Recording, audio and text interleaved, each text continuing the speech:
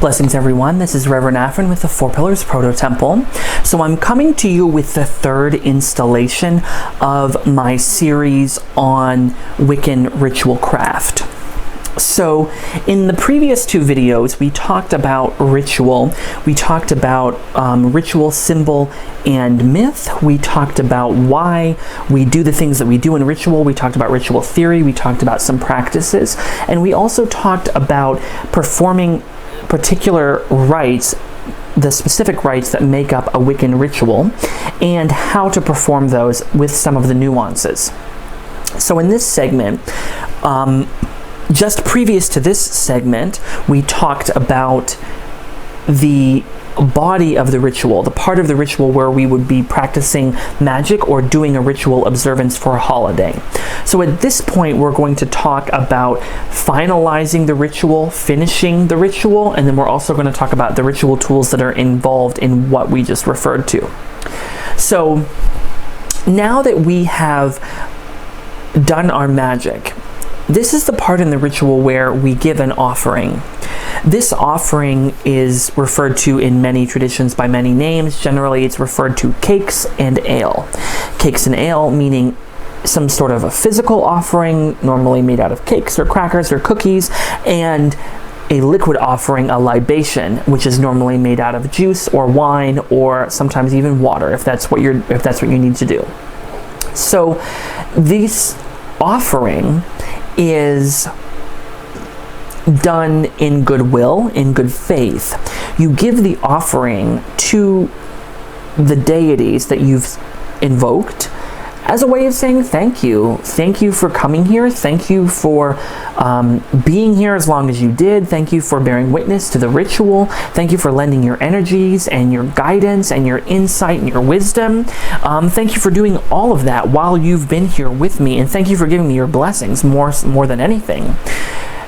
It's also an opportunity, at least the way that I see it, it's also an opportunity to receive blessings from the divine, from the spirits, from the ancestors, from the higher powers.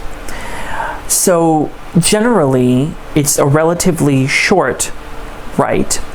In other traditions, they may even use this time in the ritual as a feast. So kind of everything kind of stops. We go ahead and just eat and have a really great time, laugh and joke and sort of have a little bit of frivolity. And then we come back and we finalize the ritual. Other traditions do something short, like a small rite of cakes and ale, which kind of takes the place in more of a symbolic sense of a ritual feast. And then there's a feasting directly after the ritual. So it just really depends on your group, not even so much as your tradition.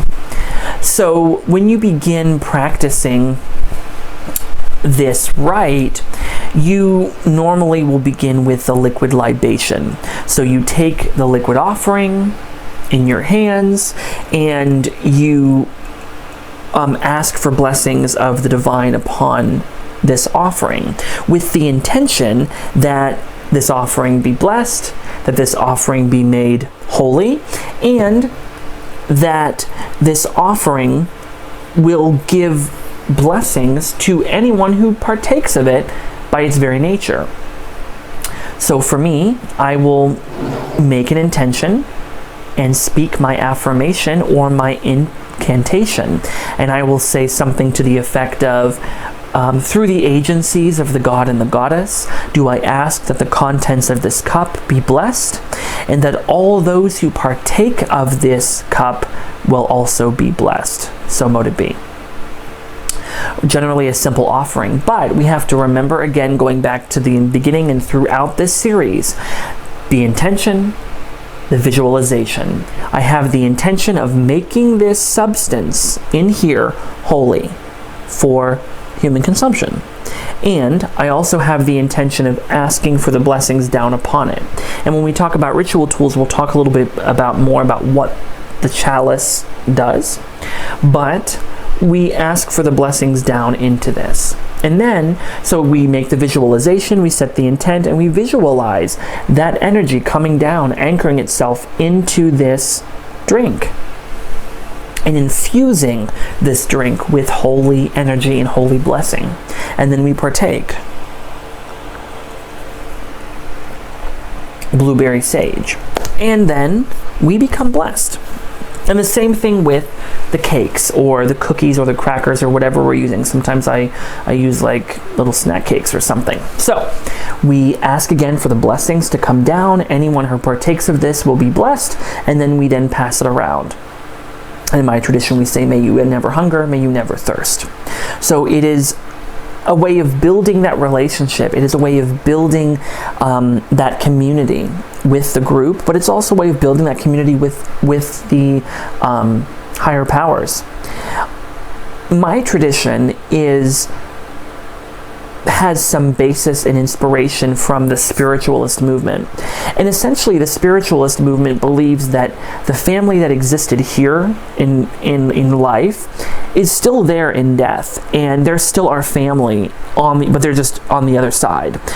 So nothing has really changed, except now they're on the spiritual side versus on the physical side of things. So our relationship is the same, our understanding of one another is the same, our personalities may very well be the same. So when we do these spiritual practices and we, for instance, give an offering of whatever it is to the ancestors or to the spirits, it's like we're continuing that relationship because we care about them and we want the best for them, and we certainly hope that they want the best for us. It's not simply just a business relationship, it's a personal relationship, and it's one that we choose to continue to develop even as the individual or the being is not in the physical realm. So that's sort of the basis of that. And as I said, it's not a terribly long rite. It is generally relatively short. Depending on the group that you have, some groups will just pass the cup around, or chalice as we call it, and have people just drink from it as they go. Other people will, for the sake of time, will have little cups filled already, and we'll kind of just pass them out real quick, and then everyone drinks and eats and has a good time. Sometimes this can go on for a little while if people want it to be the ritual feast. Then people can, but a lot of times what happens is ritual spaces are generally much smaller. I don't know about you, but I don't like to leave candles burning. So it's not like I'm going to be like, oh, well, let's go ahead and, adjourn to the kitchen and sit down and have a meal together and just leave everything going in here until we're ready to come back to it. I don't really like that. If you can sit in the ritual space and you can have your meal, your feast there, then absolutely. But I don't know of many people that have a large enough ritual space, and oftentimes people end up just sitting on the floor. And that's not very dignified, nor does it seem very spiritual to me. So again, that's just sort of my preference, but whatever works for you. But understand the importance of setting that intention, doing that visualization. Okay? So after we've done the offering, now it's time to sort of wrap everything up, to give thanks to everyone that's come and dismiss them. I really don't like to use the word dismiss, because dismissing is like, you can go, carry on. It's not really like that. That's not really what it's about. What it's about is thanking the being. Thank you so much for being here. Thank you so much for coming. Thank you so much for taking your time to be here on my little thing and give me your guidance and blessings and all that fun stuff. If you want to go, you can go. We're all done here, but you're welcome to stay if you want. That's just fine. That's cool. Do whatever you want. Float about and what have you. So that's kind of the mentality that you want to have when you're performing the final wrap up, if you will, of the ritual. So after you've done the offering, you've received the blessings. Now we want to thank the beings in the way that we invoked them. So let's kind of go back.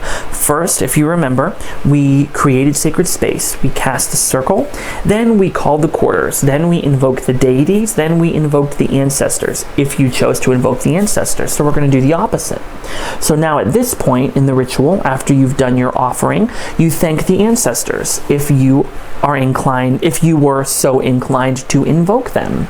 And as we thank the ancestors, we do the same thing that we did, except opposite, when we invoked them. So you set your intention. What is your intention? Your intention is to say goodbye, but in a respectful and holy way. So you might say something like, Beloved ancestors, I thank you for being here and bearing witness to the ritual. You're welcome to leave if you must, but stay if you'd like to bring continued blessings to my life. Hail and farewell. That's just an example, pretty similar to the one that I use a lot of times. So you'll see that to be the case. So we do the same thing with the ancestors. We do the same thing with the god and goddess. So we say to Cernunnos, similar, we would say, Hail Cernunnos, Lord of the forests and the wild animals. I thank you for being here, bearing witness to this ritual. I thank you for lending your blessings and your strength and your guidance. I thank you for giving your protection as part of your involvement in this ritual. Leave if you must, and stay if you'd like to bring continued blessings to my life. And at that point, you would extinguish the candle or whatever anchoring physical activity that you did. You can do the opposite or undo it. So in my case, I would extinguish the candle and I would allow that energy to leave. Perform the visualization of allowing the energy to leave. If you maybe visualized a curtain opening and Cernunnos jumping through, at that point you would see Cernunnos pass back through the curtain and it close. The energy kind of going away. And if you've done this properly in the first place, you will have a feeling, you will have this sort of sense of something's missing here. Something's not here that was here before. And then, of course, you do the same thing with the god and goddess. And sometimes there's a specific way in which order you choose to invoke the god and goddess. If it's maybe a lunar espat, a lunar celebration, you may invoke the goddess first. If it's a solar sabbat, maybe you invoke the god first. In different holidays, depending on maybe your mythic cycle, may depend on which deity has prominence. So you may choose in one holiday to invoke the goddess, and one holiday to invoke the god first. These are small details and nuances which can be very important, being mindful of who you're invoking first and who you're thanking last.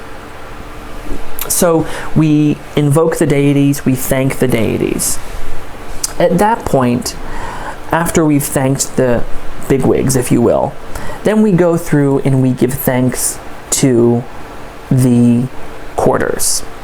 Now, some people will also perform an anchoring exercise when they invoke the quarters. So if you have a large enough space and you have separate sort of auxiliary shrines for each of the quarters in each of the directions, you may light a candle at that direction. Maybe you're going to the east and you're invoking the element of air, so you light a yellow candle.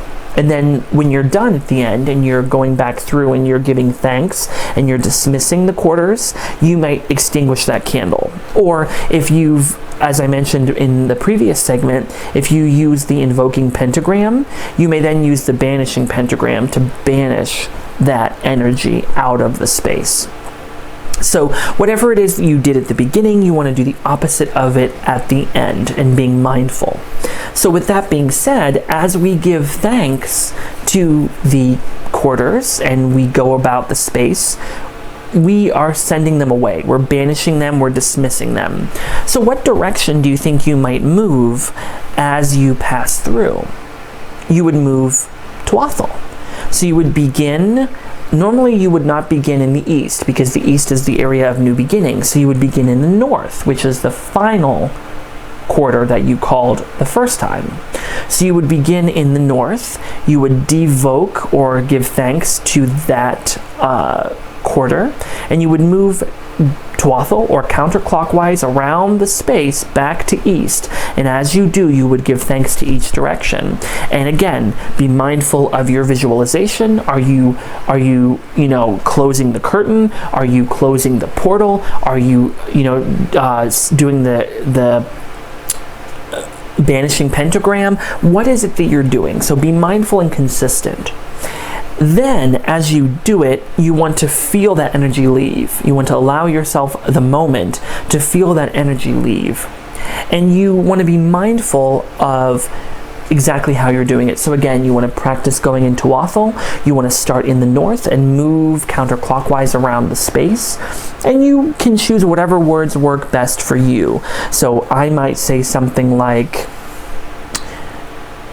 hail to the element in the direction of the north, element of earth. I thank you for being here, bearing witness to this ritual. I invite you to leave if you must, but stay if you are able, to bring continued blessings to my life. So as you say that, you can say an ending phrase, so mote it be, which is an ending phrase, again, that comes to us from the Masons. You say your phrase, you allow that energy to leave. Allow it. You're not forcing it. You're not making it. Okay, you gotta go. You're allowing it. You know what? I am a hospitable host. I still have things here for you if you'd like to partake of what I have. But I just want you to know that what we've done is over with. So if you want to stay, that's cool with me. If you want to go, you can go. But if you're able to stay, or if you'd like to continue to shine your blessings on me, I am all for it. I'm open for it. Send them my way. So we continue that relationship and that respect and that reciprocity with each of them. So we pass through and we give thanks to each of the quarters as we go. And the final step is, as we say, opening the circle. So I said before, when you close the circle, it's imagine drawing the circle. It closes. When you open the circle, imagine opening it, where you kind of take it up. So as you take it up, you're opening it up. And so this in a lot of ways is like popping that bubble. So now you are taking that mundane space from being what it was, this mundane space, or this ordinary place. You've cut apart a space between the world of men and the realm of the mighty spirits. You've made it a space in between time and space. Now you're going to go ahead and take it back to the way it was. You're going to bring it back to that ordinary space. And you see it kind of become ordinary again until you need it again. And so what we do is remember, we are opening the circle, right? So we're banishing the circle. So we're going to go again into Othel. We're going to again go in counterclockwise, counter sunwise. So we're going to begin in the east, where we started. We're going to move counterclockwise around our space and back to east again. And as we do this, a lot of people like to visualize sort of taking up that circle that they laid down, or breaking down that circle. However it is that you visualized it at the beginning, do the opposite this time and see and feel it going away, bringing you back to ordinary place. And as you do this, you can make some sort of an affirmation. There are a lot of traditional affirmations. There's one, I'm sure many of us have heard of it, merry meet and merry part until we merry meet again. So that's a really basic one that's kind of like, hi, bye. That one a lot of people use. I like to use a different one. I like to use one, especially for my devotional work, where essentially I open the circle. I say, the circle is open but not unbroken. May all of the blessings that I have called for be poured out upon all of creation, as above, so below, as the universe, so the soul. And so I give myself this opportunity of stepping back out, kind of bringing one foot from the spiritual side back into the mundane side. Now I am fully grounded and centered in the mundane. So that, in a nutshell, is essentially what ritual craft is. We understand the importance of moving in the way that we do. We understand the importance of these rituals in these ritual and acts. We understand the importance of moving clockwise or counterclockwise. We understand the importance of why it's even important to cast the circle. We understand the importance of calling the quarters. Why is it even important to do that? Is it just a waste of time? Am I just going through the motions? Why is it important? Why is it important to invoke any deity into our space, and which deities should we invoke? So now we've gone through this entire gamut where we have a full understanding of the ritual process in the Wiccan faith and the nuances as to why we're doing what we're doing. So at this point, we're going to shift gears and we're going to talk about ritual tools, which again is something that I've already spoken about, but now that you understand the context, we're going to have the opportunity to apply it again to this and see where we go from here.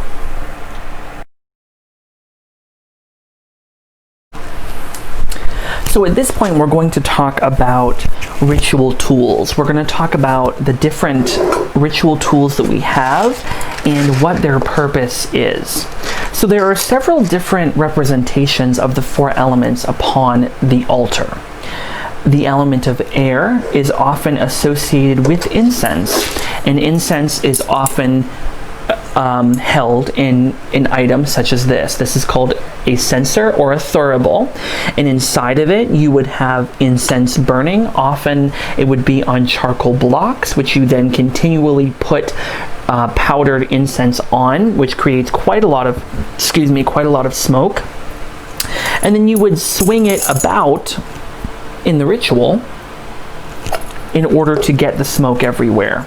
So this is one example. There are many other examples of incense burners. You could find them on any online retailer.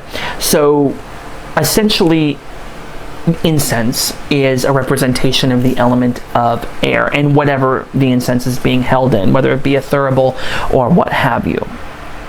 The element of fire on the altar is represented by a lighter or matches or some sort of lighting implement. So this is mine, it's bendy. Water is associated with water. I use a blue bowl on purpose because blue is the symbol of water. Water has its own symbology and its own correspondence. So I use this to illustrate and to enforce the element of water, the watery aspect, the color of blue, and so on and so forth. So I have my water. And of course, the element of earth, which in this case is salt. So those are one example of representations of each of the element. So you have some sort of fire lighting implement, you have water, you have salt, and you have incense. Those are the 4 elements. You are the 5th element. We talk about the pentacle, which we'll talk about in a moment.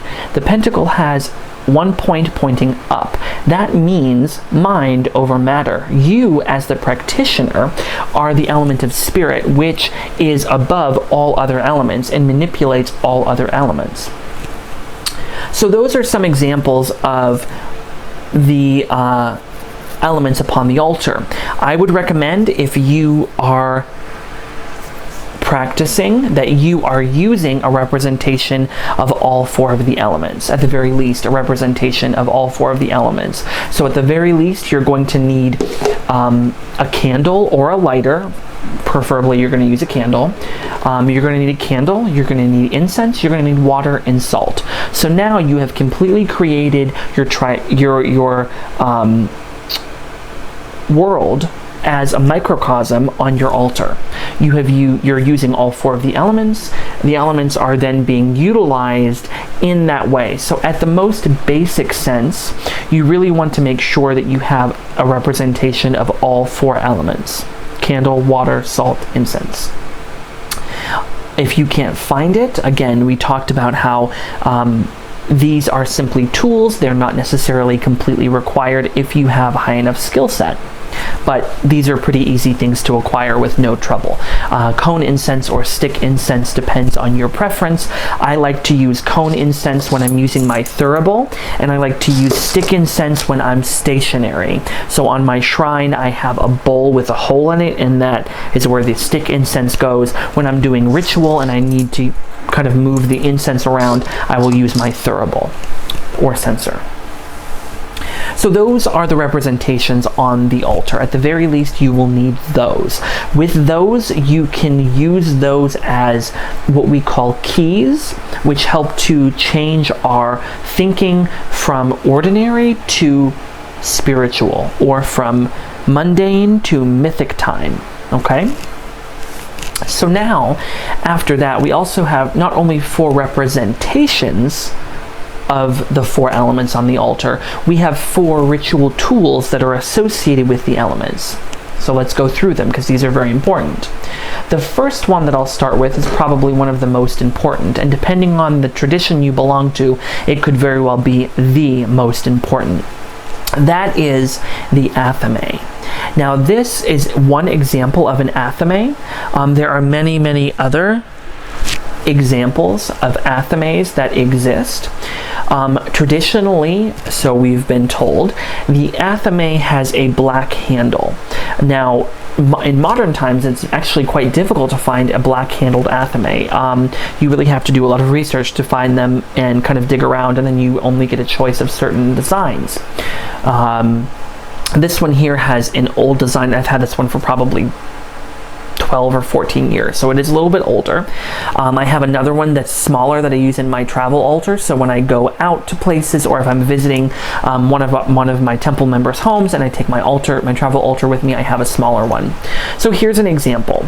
The athame in some traditions is associated with the element of fire, because the athame itself, the metal itself, is forged out of fire, right? We take the metal and we shape it and we heat it and we cool it and we heat it and we cool it and we make metal. So for some traditions, they view the athame as being the element of fire. In other traditions, they follow the ceremonial magic application, the ceremonial magic which attributes the element of air to this because of its properties. So so each tradition is a little bit different. I personally see this as being the element of fire because, again, it's forged in fire and it has it looks sort of like attacking and harmful, which sometimes we associate with heat and fire and anger and rage and all those things that come with the element of fire. So to me personally, that's how I view it. Now my tradition is different. My tradition says that this is the element of air, so I work with it with that understanding, which again comes from ceremonialism. And if you look at like old decks like the Rider-Waite-Smith tarot deck, you'll see that athames is associated with air. The athame is used for several purposes. Some traditions will use it for casting the circle and calling the quarters. When I talked about ritual craft at the beginning, I talked about this cutting apart a space. We're carving it out. We're carving a space between the realm of men and the realm of the mighty spirits or the mighty ones. So you're using a knife, a double-edged knife, which can both invoke and banish, to cut apart that space. So you have the athame, which does that. The athame is, again, it's simply a tool. Some traditions, this is the only and primary tool. It is an extension of your body, of your hand. So it gives you the opportunity to do with it as you choose. Many traditions see this as a ritual item, so it is not meant to be used to harm anyone. You're not meant to use it to cut somebody. If blood gets on this, it a lot of times is sort of desanctified, and in some traditions it's to the point where you can't even rectify that. It's like it's unusable at this point. Like, get another one, because this is no longer eligible to be used in a ritual sense because it's had blood on it. Other traditions are not as strict. It just depends on your tradition. But generally, these are not used to cut anything. They're used to cut energy. That is why they are double-sided. And many athames today don't have an edge. This one does have an edge, and it's quite sharp on the top. But many of them do not have an edge anymore, and it's simply used for cutting spiritual ties. Some people will use them in certain types of magic where they're actually cutting actual ties from themselves, especially if the athame is made out of iron versus regular stainless steel. Iron is repelling. Iron is a lot of times disintegrating, and it is banishing. And so you'll see a lot of times people with iron knives will use the knives to cut holds that psychic vampires have on them. They'll use it to ward off various spiritual beings. So it can have many different spiritual applications, but in the terms of ritual application, it is used to cast the circle, and in some traditions call the quarters, but generally to cast the circle. Of course, the group version of an athame would be a sword. Then, of course, you have the wand. This is my wand. My wand has feathers on it. I'll give you a couple guesses as to why that is. It also has bells on it. Okay, I'll tell you. The feathers obviously represent air, right? So the wand in some traditions is associated with the element of air. In other traditions, is associated with the element of fire. So in my case, because when I made this, which was many years ago, I understood it to be the element of air, because of course I've attributed fire to this. Again, it depends on your personal preference, and it also depends on your tradition. In my current tradition, this is air, and this is fire. So for me, this is the element of fire. Again, if you go back to some of the old tarot decks, you will see that wands is fire. So this is my wand. This wand has been used for the purposes of calling the quarters. Predominantly, that's really all that I use it for anymore. In some traditions, they use the wand to cast the circle. Depending on certain holidays, they may even use a bouquet of flowers and choose to use neither to cast the circle. That's up to you, and that's up to the ritual leader's discretion. And suffice to say that this is used to direct energy. Again, it is an extension of your arm. Traditionally, it is made so that the wand is the length of the crooks of your arm to the tip of your finger. Mine is just shy about quarter of an inch or so. Oops. But this is traditionally used for directing energy. It's a little bit different from the athame, where it's used to cut energy and sever energy, or maybe, you know, create a very strong line about something, like a demarcation. This is different. This is used to direct energy. So as you're casting the circle, you're directing that energy in, you're directing it up, you're directing it over, you're doing all these things. You're directing energy with this, and it's an extension of your arm. Can you go without a wand? Absolutely. Do I want to? Not particularly. That's really up to you. So we so far have talked about the element of air and fire. Now, when we talk about ritual craft, and I'll go into it a little bit, but I've also discussed this in other videos, so I won't go into too much. This obviously is a very phallic symbol, as is the sword, or the knife, or the dagger, or whatever you choose to call it. We call it an athame. So the athame is a very masculine symbol, and so is the wand. So these two items are masculine. This is the element of fire, or air. In our tradition, it's air. This is the element of fire.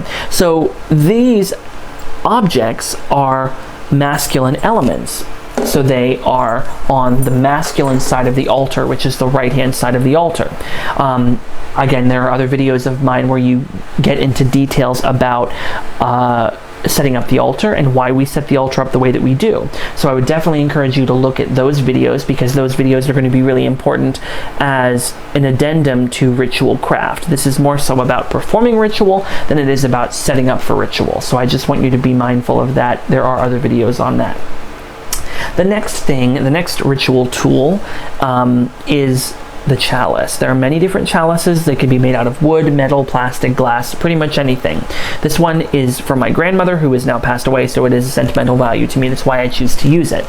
So the chalice is a cup. It's a vessel. It's something that holds things and then takes things out, right? So it also has the opportunity of holding energy. Just as this is used to cut things, thus it cuts energy, and the wand is used to direct things like traffic or energy, this is used to hold things, such as energy. So when we have our offering in here and we call down the blessings into this object, we are going ahead and inviting the energies to come in here. When the energies come in here, we hold them, we capture them in the chalice, and then we partake of the chalice, and by doing so we are partaking of the energies that we have captured. So generally this is a vessel that you use to hold things, and of course in this case energy, when you call down the energy for blessings. And that's the primary purpose of this. It is not simply just a pretty cup. It has a spiritual significance as the element of water. It also has a spiritual purpose for holding that energy that we then use in our ritual to give blessings, to sort of divvy out or pass out blessings. And the final of the 4 ritual tools that's associated with the elements is the pentacle. So I have 3. This is the travel pentacle that I use because it's small. I also have 2 wooden ones that have been handmade. One of them is more ornate than the other. I normally alternate them based upon the light half of the year or the dark half of the year, depending on the wheel of the year. So this is a 5-pointed star. In Wicca, we do not use it like this. 2 points up, 1 point down is not something you will traditionally see in Wicca. We hold it with 1 point up, 2 points down. As I mentioned earlier, this has to do with mind over matter.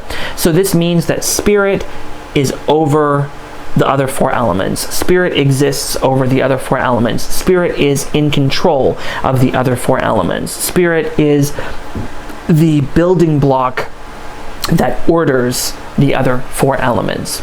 And in ritual, we act as the spirit element.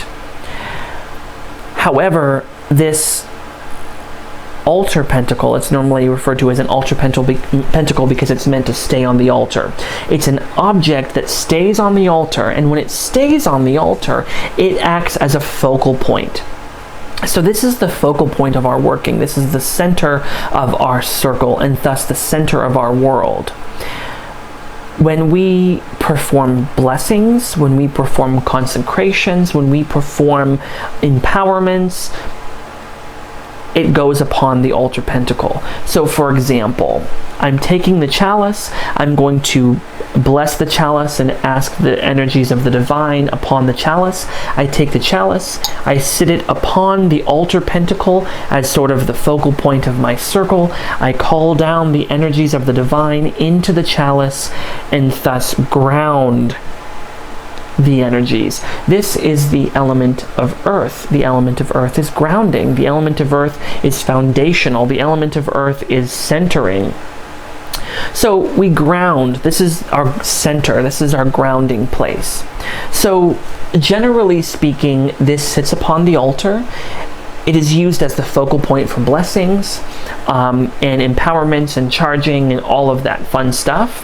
But this has another important purpose. As this sits upon the altar, it is grounding all of the energies in the circle by its very nature. And so as it does that, it's grounding everything to this location upon the altar. The altar traditionally was sat at the center of the circle, and because it was sat at the center of the circle, in this at the center of the altar, this makes it the absolute center of the circle and thus the focal point of all of our magic. So as we work our magic, it goes here. When we send it out, it goes out from a central location. So this is the element of earth. And since I mentioned it, I'm not sure if I've mentioned it in the series or not, so I'm going to review it again. Generally, the altar is placed in the direction of the east. Now, the direction of the east, as I said before, is the direction of new beginnings, the direction of renewal, and where the gods are. So as we face the direction of east, we give our prayers. Now, the Correllian tradition, again, if I haven't already said so, does not have a specific direction that the altar needs to be placed in. It's just with the understanding that whatever direction you place it in, you're invoking the energies of that direction. So, this altar behind me, which is the altar that I used for the most recent Sabbat, is facing the direction of the west. I place it in the direction of the west because unfortunately that's the only place in this room that I can. But when I perform videos like this, I face the direction of the east. So everything that I do is in this direction so that the audience that's watching my videos can see it. So when I cast a circle, I cast it in this direction. When I call the quarters, I call the quarters in this direction. The altar stands beside me, but I'm always working toward this direction. However, understand that because the altar is in the west, the altar by its very nature of being in the west is now invoking these energies of water, invoking these energies of the western quarter and the ancestors and the spirits and all of that. So good thing, bad thing, that's something for you to decide. Previous to this altar was placed in a different room. The other room, it was facing north. So north is a really great direction for people, especially in the shamanic tradition, because it's very grounding, it's very earth-centered. It's also the area of foundation and strength. So when you put something in the direction of the north, you're working with those energies and you're working from that direction and you're allowing those energies into the space. Now, granted, that doesn't change how you perform your ritual. You still invoke the quarters starting in the east. You still cast the circles starting in the east. So none of that changes. It's simply the location of the altar. So in our tradition, we believe that the location of the altar isn't required to be one specific location. It's simply that you understand that whatever direction you're placing it in, that you're placing it in that direction, and you're opening yourself to receiving the blessings or the energies of that direction, whatever that direction happens to be. Now, the shrine that I have here that I use for my day-to-day activities, that shrine is facing the direction of the east. So I'm able to still interact with the gods and do the ritual and do the devotions and all of that to the gods in their direction. Other than that, though, be mindful that the direction of which way the altar is facing will have an impact on your work. Understand, too, that traditionally the altar was placed in the center and everything was done around it. So the altar would face the east, and you would, in fact, be behind the altar when you were facing the direction of the east. So you still could work while you were looking to the east, but you have the opportunity to move about the altar. So ideally, the altar would be placed in the center, and in each of the four directions, there would be a small candelabra, or in any case, maybe a small shrine that had a candle for each of the directions. And as you passed around the altar to invoke the quarters, you would then light the candles as you went. And then when you were done, you would extinguish the candles as you went. So that's kind of how ideally it should be, although most people don't have enough space to be able to place the altar in the center and be able to move around it in that way. Even when I had my ritual room, I didn't have that luxury, unfortunately. So at this point, we've talked about all four of the elements. We've talked about their representations on the altar. We've talked a little bit about each of the four main ritual tools and their elemental associations and why it's important. So with all of that information that we have at our disposal, as well as our understanding of ritual craft, now we can apply these things to creating and having meaningful rituals. So I will share a link at the end of this video to my other video about setting up the altar in geomancy. Maybe it was a blog. I can't remember which one it was, but I'll try to include the link to either the blog or the video so that you can look and study a little bit more about the altar setup and why it matters. Suffice to say that that is a part of ritual theory and ritual craft, but it is an entirely separate discussion because it is also, again, so nuanced. But suffice to say that with the four ritual tools at our disposal and the four representations of the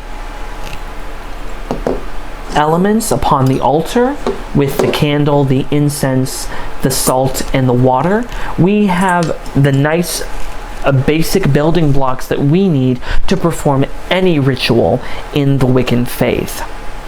So these are the basic principles of ritual craft as I understand them in the time that I've been practicing and studying Wicca.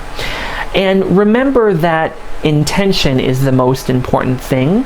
So is visualization. The words are not as important, but they can be if done with conviction and intention. we remember that each one of us has the opportunity to participate in ritual.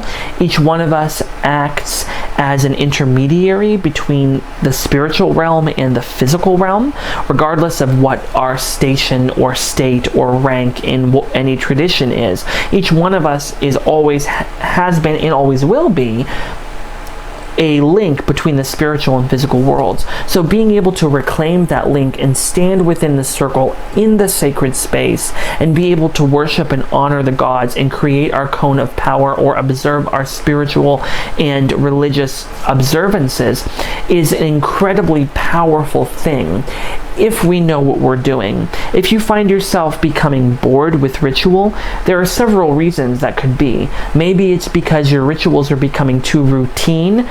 Maybe because you're doing the same things over and over again. Maybe you need a fresh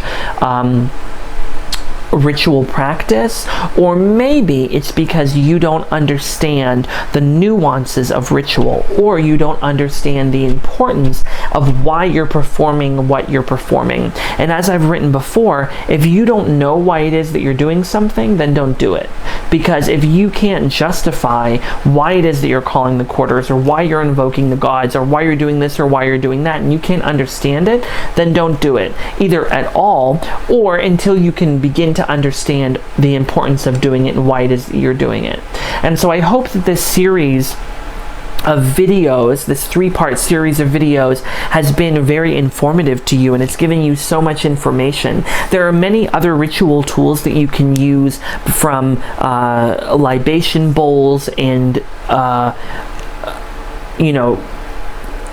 from libation bowls to cauldrons to statuary to a ritual bell. There are so many other ritual tools that you can use, and I should talk about these in some of my other videos. And these things are supplementary to the primary tools that I've mentioned. They're great to have if you need them, but you don't necessarily have to have them. You can leave your offering in the chalice until you're ready to dispose of it in whatever way is most respectful.